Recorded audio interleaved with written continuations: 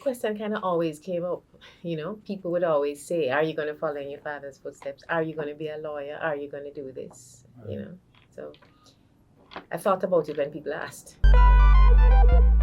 Around what age Mhm. you thought about or that you would enter representational politics?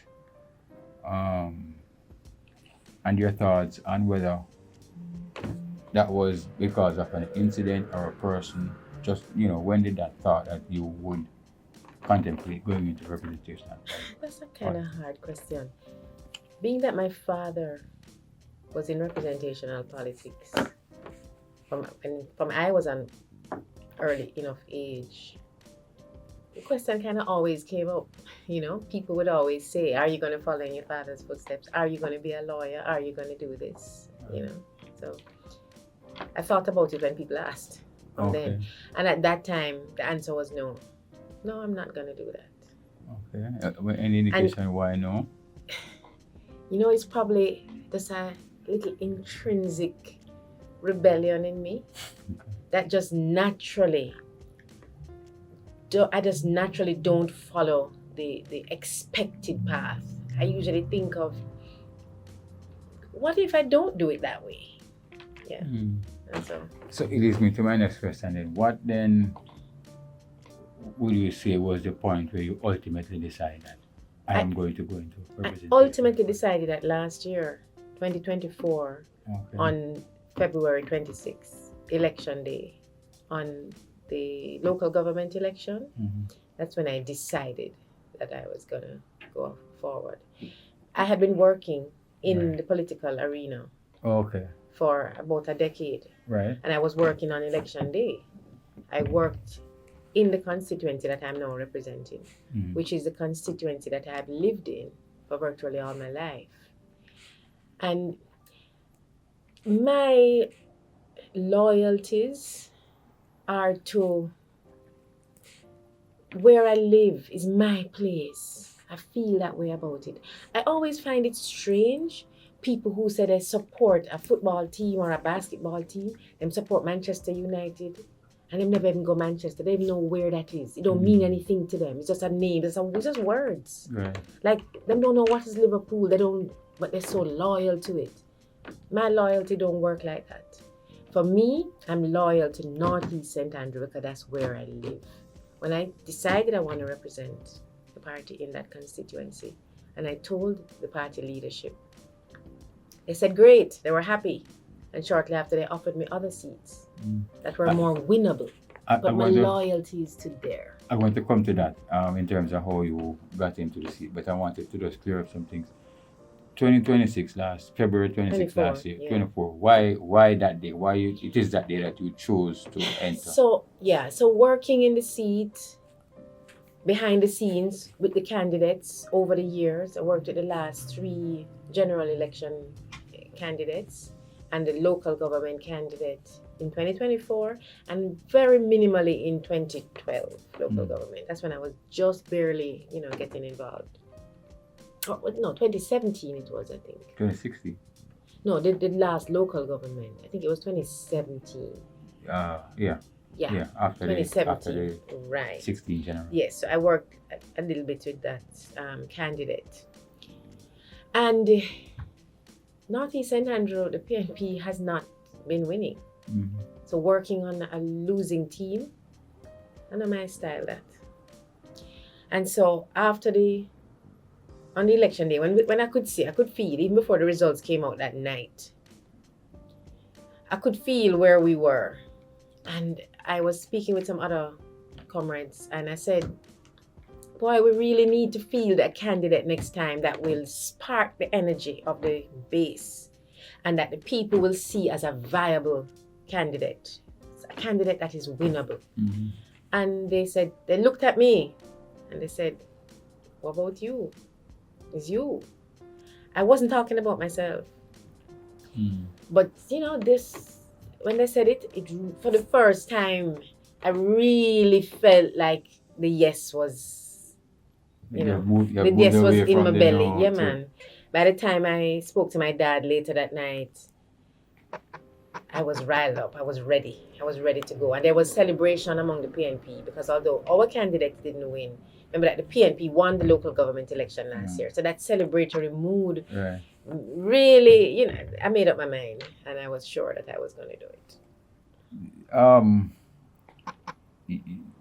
I don't know if you can talk me through a little bit of that conversation. You said you had a discussion with your father after that. Yeah. If you can, is there any part of the discussion that you could have shared with I don't remember the details of it because we have spoken so many times since then, you know, about the representation that the people need, you know, about what it means. Like in those early days, I really said to him, like, what will I really do? We spoke about that, you know, and I even had some hesitations. I said, but I don't know, can I really do this?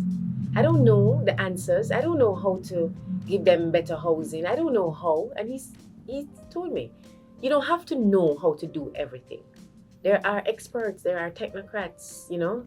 There's going to be a party you're working with, there are going to be ministers, and there are going to be other members of parliament, and you're going to have a leader. What you need to do is to advocate. Say that my people who I'm representing have these needs, and speak to the right people, and do your research, and the answers will come. Got you. And it's interesting that we're talking about your father because this is my next question is, how did he inspire you to or shape your decision to enter representational politics? Well, as I said, the rebel in me wanted to do everything but what people expected me to do, you know? So he shaped it in a kind of negative way, I guess, somewhat, that I didn't want to do it.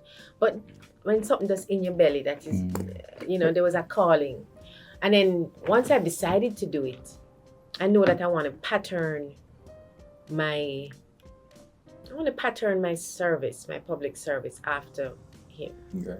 And others who I see. I mean, obviously I would modernize it because that was, you know, understood, some time ago. And a different constituency, very different area. But just the integrity, the passion, the love for the people, and just delivering results. Yeah, I want. So on a scale of 1 to 10, you would say the inspiration you drew from him is about how high? You mean the inspiration I drew from him to enter politics? Right. 9. Okay. And let me clarify also. I don't know why it's not 10. Maybe 10. Is it that he tried to dissuade you from entering representational politics? No. I want to be clear. No, he never tried to dissuade me.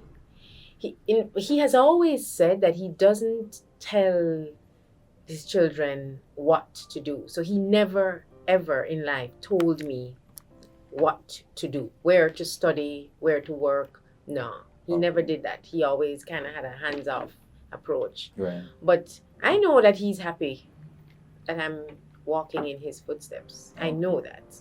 Yeah. Okay.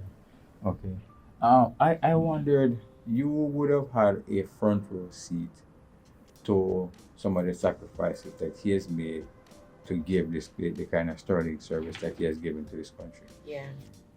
Talk me through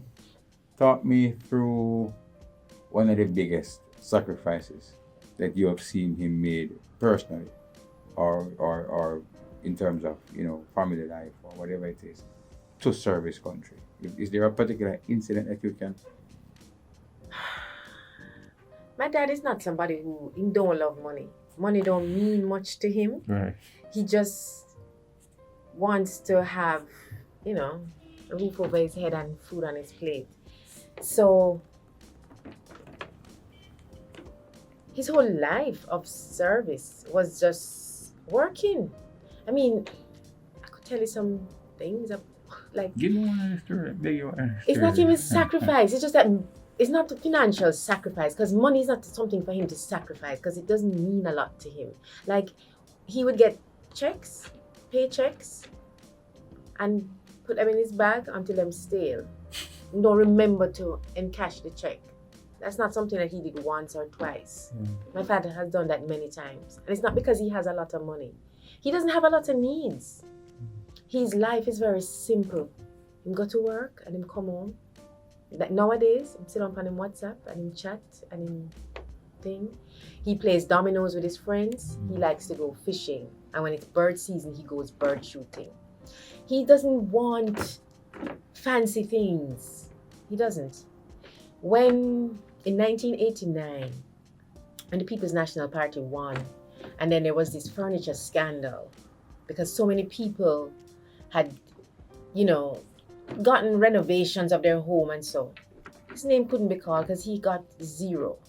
At one point, my mom was offered, like if she wanted to get some renovation for the home. And she asked him about it, and he said, no, why would I? I don't want anything like that. The government don't need to renovate my home. This is my home. In addition, he was offered a government house to move into a government house, and then he could rent out his house and earn income from it. He said, why? It's my house, I live here, nothing wrong with it. So he stayed right there. That's how I see my father operates. That any missed birthday, graduation that you had? No man, he was always there. Birthdays and graduations he will attend. What I guess in terms of sacrificing his time, on the weekends he was always in his constituency. And he didn't take us, so I didn't have that front row seat to talk about. I wasn't there. Got you. You are a senior partner in one of the top law firms in this country. And you also have a very good idea of the ugly side of politics, how nasty and how ugly politics can get. Yeah. Why do it? It's almost a sense of duty. I tell you, a sense of duty, because politics is necessary. Politics, my definition, not just mine, I've researched it. Politics is a set of activities associated with human beings making decisions in groups. Those groups can be a group at home. There's politics in the family. You know about family politics? Mm-hmm. Politics in the church. You ever hear about that? Politics at schools, the PTA, politics in the workplace. Because once there's politics in a marriage, once it's not one person, once there's 2 or more human beings to make decisions about what to have for lunch, which road to fix, whatever is the decision, there's going to be politics. And so it must happen. Mm-hmm. And you want the people involved in that thing to be making decisions that are in the interest of the right people. And I know that I have that interest to make decisions in the interest of the people. And if I don't do it, somebody else is going to do it. And if that other person, what I've seen, the seat I'm seeking to represent, I've seen the neglect. I've seen that people are not getting representation. And so when I sit back and see that I can do it, I don't know how to say no. If there's a need like that and you can't fill that need, people need it, I don't know how to say no. And so I'm doing it. So you're comfortable with your decision to trade your day job for what can be? Yeah, it's not necessarily a trading though. It's not necessarily a trade. I mean, there are lots of members of parliament who still keep their day jobs. Yeah. Yeah, indeed. Yeah. And the obvious question, why the PNP and not the JLP? Somebody else asked me that question recently. I don't think you probably saw the answer I said. But why the PNP? Yes, because as far as I'm concerned, the PNP is the only vehicle that I could possibly choose to represent my country, to represent the people of my country, the people of my constituency. I don't know of another vehicle that could be used to produce the representation that I intend to deliver, which is quality representation. What's your take on the political climate, the political landscape as it is right now? The discourse, the perceived levels of corruption. You choose, but it is what passes now for political campaigning for political discourse? Yes, I mean, there's a lot of different questions there. Yes, I but let me talk about corruption a little bit. What is happening now is embarrassing. It's absurd. It is unbelievable that such brazen and bold-faced corruption can be taking place. And you know what's sad? That people think that they have to accept it. People actually say all politicians are corrupt, and they think that they're going to have to accept corruption. That's not so. But it's become so in your face that people don't think they have a choice. If anybody wants a choice in Northeast St. Andrew against corruption, I am the choice. There will be no corruption. When my father served in Parliament for 18 years, he has never been accused of corruption. He has never been involved in corruption, and he's not the only. There are many politicians who have served this country who are not corrupt. Many. Remember, we have 63 constituencies, So there's always, well, we had 60 at one time and 61 and different numbers, but there's usually that many persons in Parliament. It's not 63 people behaving corrupt right now. It's not. Yeah. It's not everybody corrupt. And to compare it to bygone days, it wasn't so brazen. I mean, people you hear of people who take kickbacks, and some of them is just allegations, so I don't even know if it's true. I don't know. I noticed you laughed when I asked you why the PNP and not the JLP. Yeah. Have you ever been courted by the JLP? No, I haven't been courted. I laugh because of the response. If you watch the video from your competitor, right. When they asked me that question, I answered, I said, there's another party. And that's how they started the video. So that's why I laugh. Okay, got you. All right, so now we get to the candidate selection. Yeah. And you talked a little bit about it. Yeah. But that process, yeah. Is it that other than the folks in the constituency who asked you, why not you? Yeah. Is it that the party also reached out to say, we would want you to be our candidate? No, No. Okay. I applied. There was a vacancy because based on the policies of the party and in terms of the performance at the local government election of the candidates there, because candidates there can be selected to be the candidate for the general election. Yes. But based on the performance, there was a vacancy. And so I applied. Tell us a little bit about Stacey Knight. Family life, background. We're not how much your background because we know, but your own family know. Yeah. How do they feel about you getting into representational politics? I know that you have kids. Have you had those discussions? I did. And what reactions are you getting? Yeah. So my kids. And if you could share their ages. My kids are both adults now. Okay. Both of them voted in the 2024 election. When I told them that I wanted to enter representational politics, they were like, you sure? It's going to be so much work. It's going to be this, it's going to be that. They weren't excited about it. And they probably still aren't, but they're supportive. Okay. They're supportive. And I know they'll vote PNP because even if they don't want me to be in the center, they understand what's going on and they make wise choices.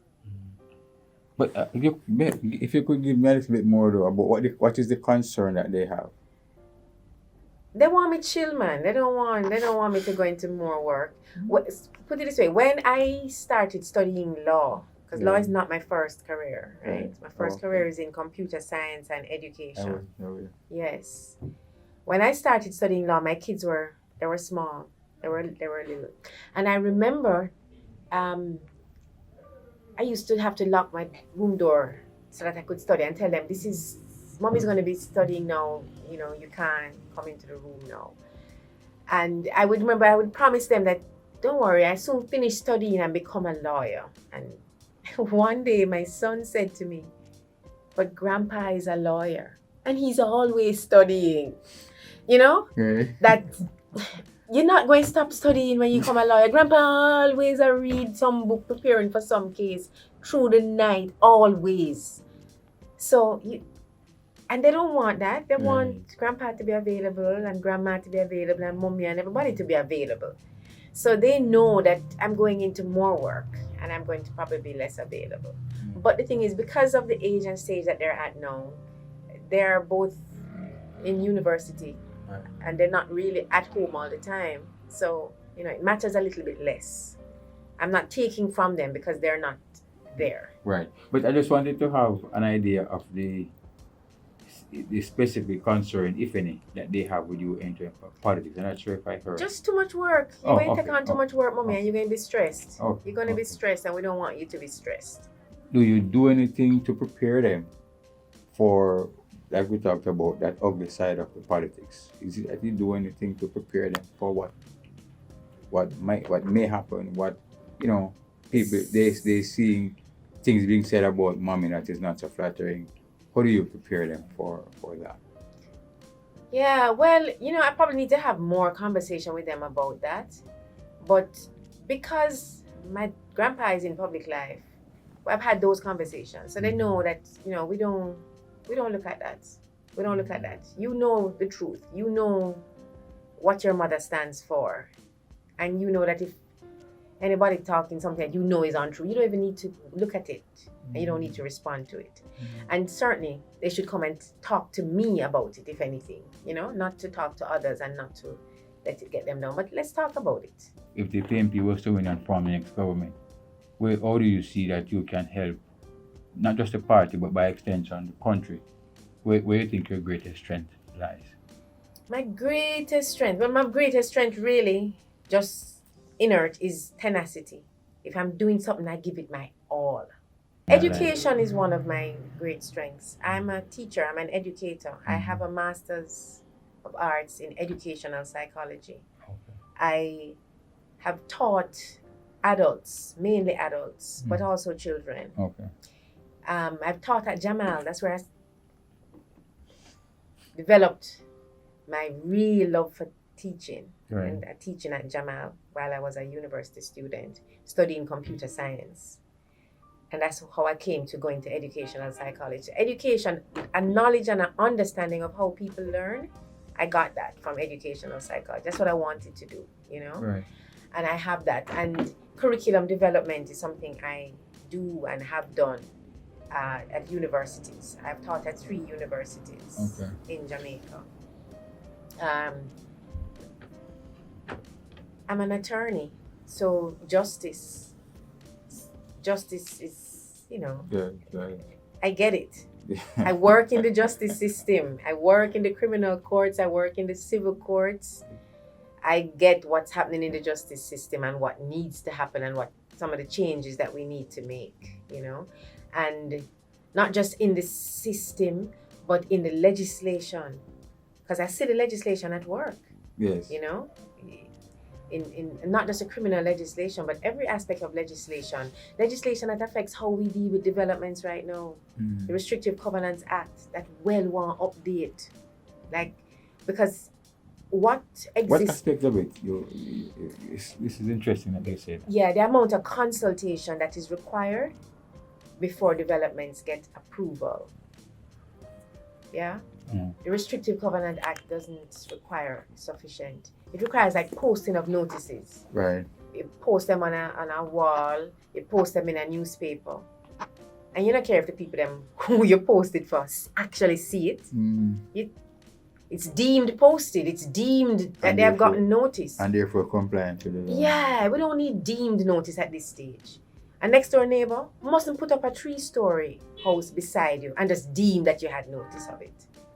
Consultation must take place, man. With conversation, we could talk about it. And also the way the zoning laws and the development order. What does it really say?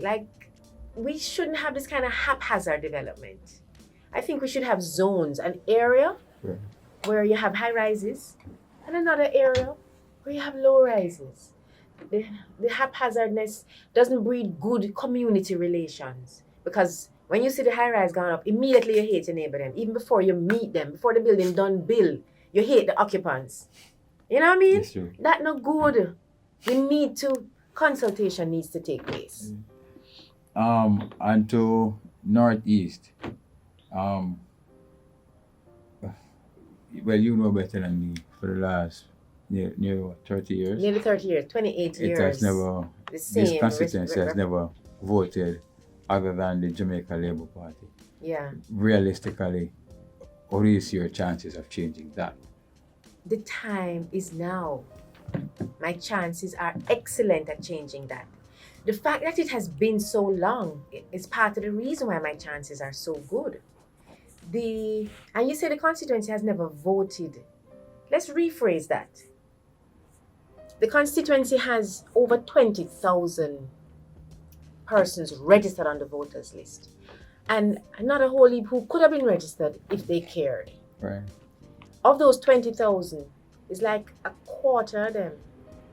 It's 22,000. It's less than a quarter of them that vote for the other party, you know. Less than a quarter. So it's not no majority of people want that. It's a vast minority that have selected and elected and chosen that member of parliament. Is it a vast minority? A vast minority Gotcha. of the people who have a voice. Gotcha. Less than a quarter of them vote for him. And then the numbers that vote for the PNP, nobody thinks that it's no zero or anything near to zero. Where he gets like 5,000 votes, we are getting close to 4,000. So the gap is not that wide. Especially when you consider that there's still a majority who are of people who don't even participate. Those people, a lot of people who don't participate, it's because, one, they feel that it's a foregone conclusion that somebody else is going to win. Right. That's some, you know. And so his voting block has actually been reducing over time. Because people are dissatisfied. There are some who will go and vote for the Ray for a $5,000 and a t-shirt and for the money to ride on the bike and carry on the excitement on election day, you know? Mm. And those people, there's a lot of who actually elects a member of parliament. I'm speaking to Jamaicans in Northeast St. Andrew Northeast, who don't vote. You have a voice. You have a choice. You can make a difference. If you are not excited, satisfied about what has been happening for the past 28 years, I'm here to make a difference. What difference am I going to make? The housing stock that needs upgrading has been neglected. Nothing done. We're not talking about just fixing roads. Fixing roads is mundane business. That is just the beginning. Development talks about looking at the young people, giving them opportunities. Why are the young people taking up going to hard? We need to investigate that because they want opportunities. They want to make money. When they're going into scamming and all of that, you think it's because it pays. And so we need to have conversations with the youth about and help them to find avenues. We need to examine how the creative industry, how we can leverage and give them entrepreneurial skills so that the creativity, you can bust a tune, but how you build a business out of it, how you actually make yourself and your family can eat bread out of it. Those are some of the things that I'm going to be bringing to the table, and I'm already bringing to the table.